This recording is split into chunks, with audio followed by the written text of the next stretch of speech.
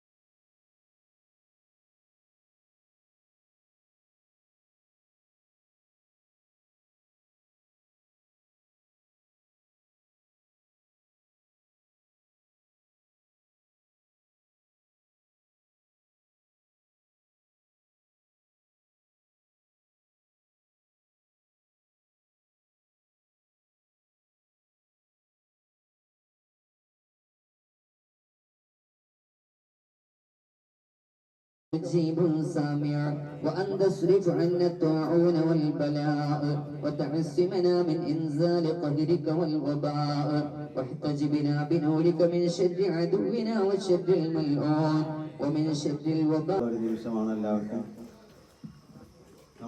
നമുക്കിടയിലെ ഒരു നിർധന അനാഥ കുടുംബത്തിന് ഒരു കൊച്ചു സ്നേഹം ഒരുക്കാൻ കഴിഞ്ഞതിൽ നമ്മൾക്ക് വളരെ സന്തോഷമുണ്ട്, വളരെ അഭിമാനമുണ്ട്.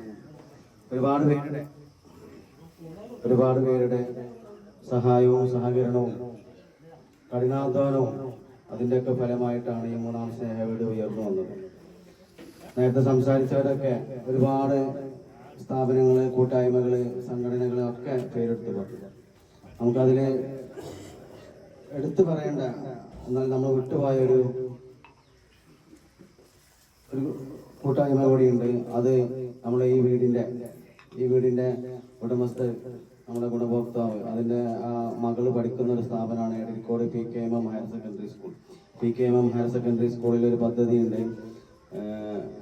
സഹപാഠിക്കൊരു കൈത്താങ്ങ് എന്ന് പറഞ്ഞൊരു പദ്ധതിയുണ്ട്. ആ പദ്ധതിയിൽ നിന്ന് നമുക്ക് നമ്മുടെ ഈ സ്നേഹവീട് ഒരുക്കാൻ, മൂന്നാമത്തെ സ്നേഹവീട് ഒരുക്കാൻ നല്ലൊരു സഹായം കിട്ടിയിട്ടുണ്ട്. അതുകൊണ്ട് തന്നെ അവരുടെയൊക്കെ സഹായം കൊണ്ട് മാത്രമാണ് നമുക്ക് ഈ ഒരു മൂന്നാമത്തെ സ്നേഹവീട് നമുക്ക് റെഡിയാക്കാൻ വേണ്ടി സാധിച്ചിട്ടുള്ളത്. അതുകൊണ്ട് PKMM ഹയർ സെക്കൻഡറി സ്കൂളിനെയും അതിൻ്റെ മാനേജ്മെൻറ്റിനെയും ഈ സഹപാഠിക്കൊരു കൈത്താങ്ങ് എന്ന പദ്ധതിയെയും നമ്മൾ എന്നും നന്ദിയോടെ ഓർക്കും. ഇതുമായി സഹകരിച്ച എല്ലാവർക്കും ഒരിക്കൽ കൂടി നന്ദി അറിയിച്ചുകൊണ്ട് ഈ ചടങ്ങ് ഇവിടെ അവസാനിപ്പിച്ചതായി അറിയിക്കുന്നു. അസ്സലാമു അലൈക്കും.